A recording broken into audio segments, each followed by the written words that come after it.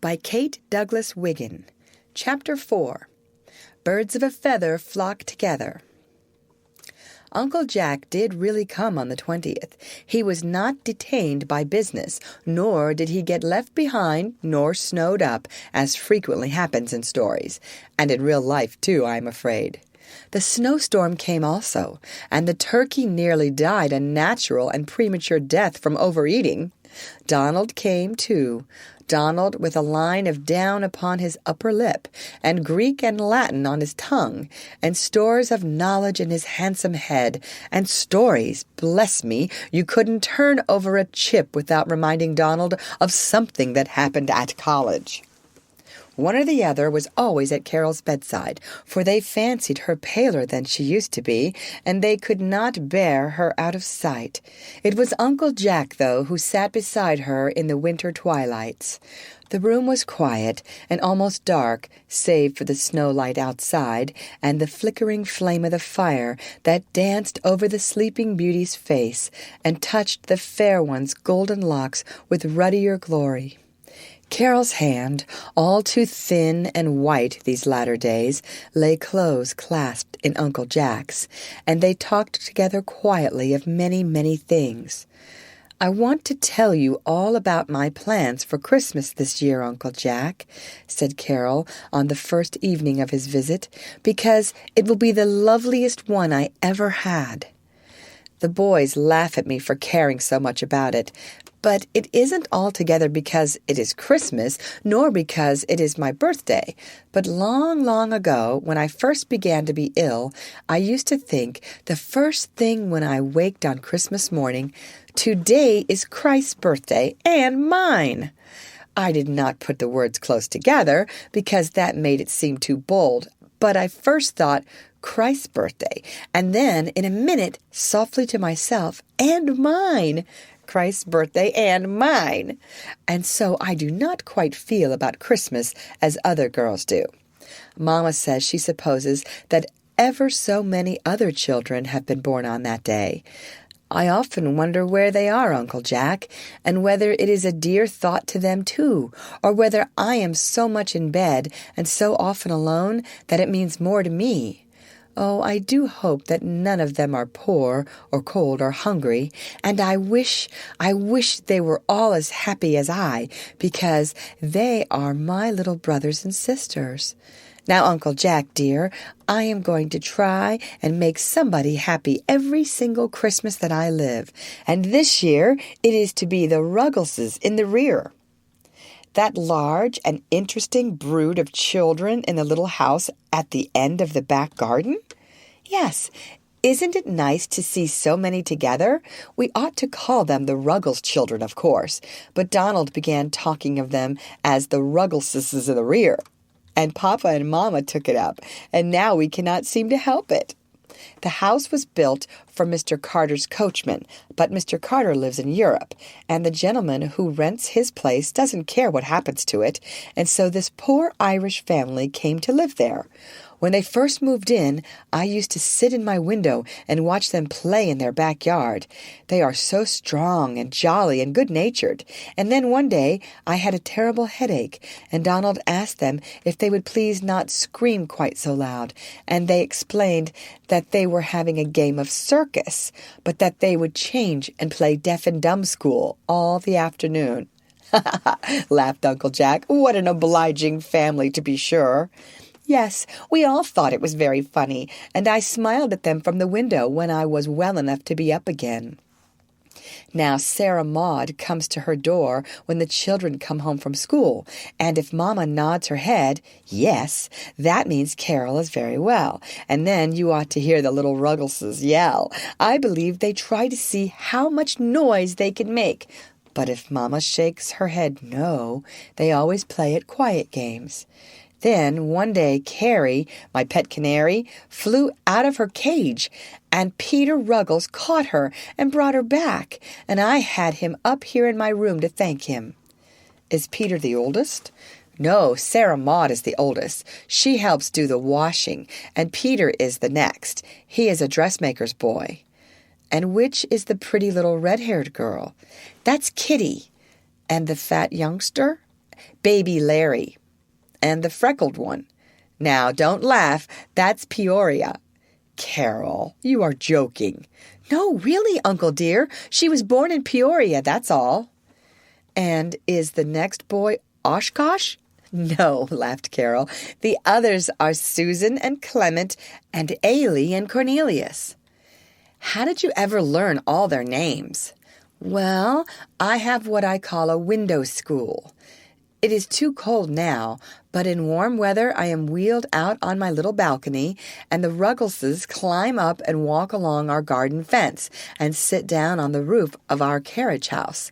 That brings them quite near, and I read to them and tell them stories.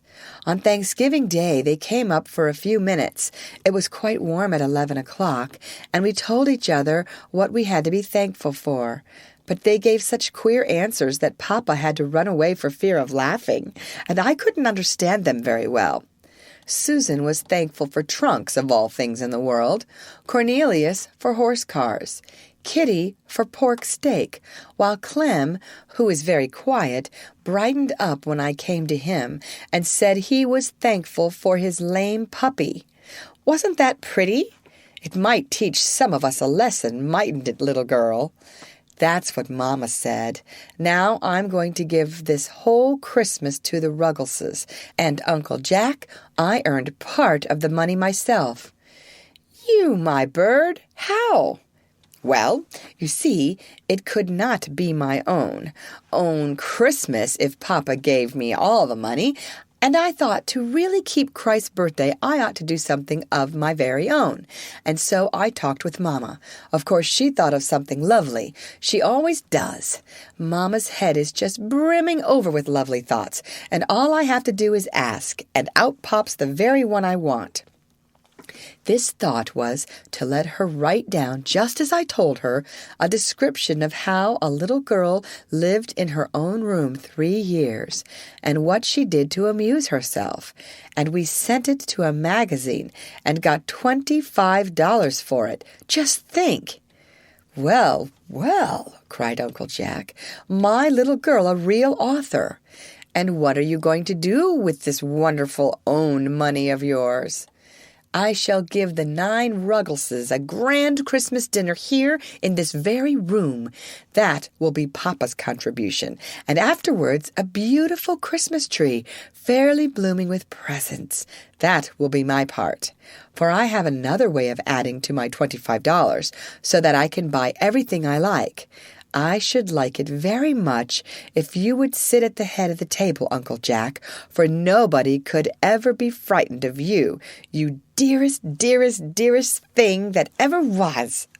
Mama is going to help us, but Papa and the boys are going to eat together downstairs for fear of making the little Ruggleses shy. And after we've had a merry time with the tree, we can open my window and all listen together to the music at the evening church service, if it comes before the children go. I have written a letter to the organist and asked him if I might have the 2 songs I like best. Will you see if it is all right? Bird's Nest, December 21st. Dear Mr. Wilkie, I am the little girl who lives next door to the church, and as I seldom go out, the music on practice days and Sundays is one of my greatest pleasures. I want to know if you can let the boys sing Carol Brothers Carol on Christmas night, and if the one who sings My Ain Country so beautifully may please sing that too. I think it is the loveliest song in the world, but it always makes me cry, doesn't it you? If it isn't too much trouble, I hope they can sing them both quite early, as after 10 o'clock I may be asleep. Yours respectfully, Carol Bird. P.S. The reason I like Carol Brothers Carol is because the choir boys sang it 11 years ago, the morning I was born, and put it into Mama's head to call me Carol. She didn't remember then that my other name would be Bird, because she was half asleep and couldn't think of but one thing at a time. Donald says if I had been born on the 4th of July, they would have named me Independence, or if on the 22nd of February, Georgina, or even Cherry, like Cherry and Martin Chuzzlewit, but I like my own name and birthday best. Yours truly, Carol Bird. Uncle Jack thought the letter quite right, and did not even smile at her telling the organist so many family items. The days flew by, as they always fly in holiday time, and it was Christmas Eve before anybody knew it. The family festival was quiet and very pleasant, but quite swallowed up in the grander preparations for next day. Carol and Elfrida, her pretty German nurse, had ransacked books and introduced so many plans and plays and customs and merrymakings from Germany and Holland and England and a dozen other places that you would scarcely have known how or where you were keeping Christmas. The dog and the cat had enjoyed their celebration under Carol's direction. Each had a tiny table with a lighted candle in the center and a bit of bologna sausage placed very near it, and everybody laughed till the tears stood in their eyes to see Villikins and Dinah struggle to nibble the sausages, and at the same time evade the candle flame. Villikins barked and sniffed and howled in impatience, and after many vain attempts succeeded in dragging off the prize, though he singed his nose in doing it. Dinah, meanwhile, watched him placidly, her delicate nostrils quivering with expectation, and after all excitement had subsided, walked with dignity to the table, her beautiful gray satin tail sweeping behind her, and calmly putting up one velvet paw, drew the sausage gently down, and walked out of the room without turning a hair, so to speak. Elfrida had scattered handfuls of seeds over the snow in the garden, that the wild birds might have a comfortable breakfast next morning, and had stuffed bundles of dried grasses in the fireplaces, so that the reindeer of Santa Claus could refresh themselves after their long gallops across country. This was really only done for fun, but it pleased Carol. And when after dinner the whole family had gone to church to see the Christmas decorations, Carol limped wearily out on her little crutches, and with Elfrida's help, placed all the family boots in a row in the upper hall. That was to keep the dear ones from quarreling all through the year. There were Papa's stout top boots, Mama's pretty buttoned shoes next, then Uncle Jack's, Donald's, Paul's, and Hugh's, and at the end of the line her own little white worsted slippers. Last and sweetest of all, like the little children in Austria, she put a lighted candle in her window to guide the dear Christ-child, lest he should stumble in the dark night as he passed up the deserted street. This done, she dropped into bed, a rather tired but very happy Christmas fairy.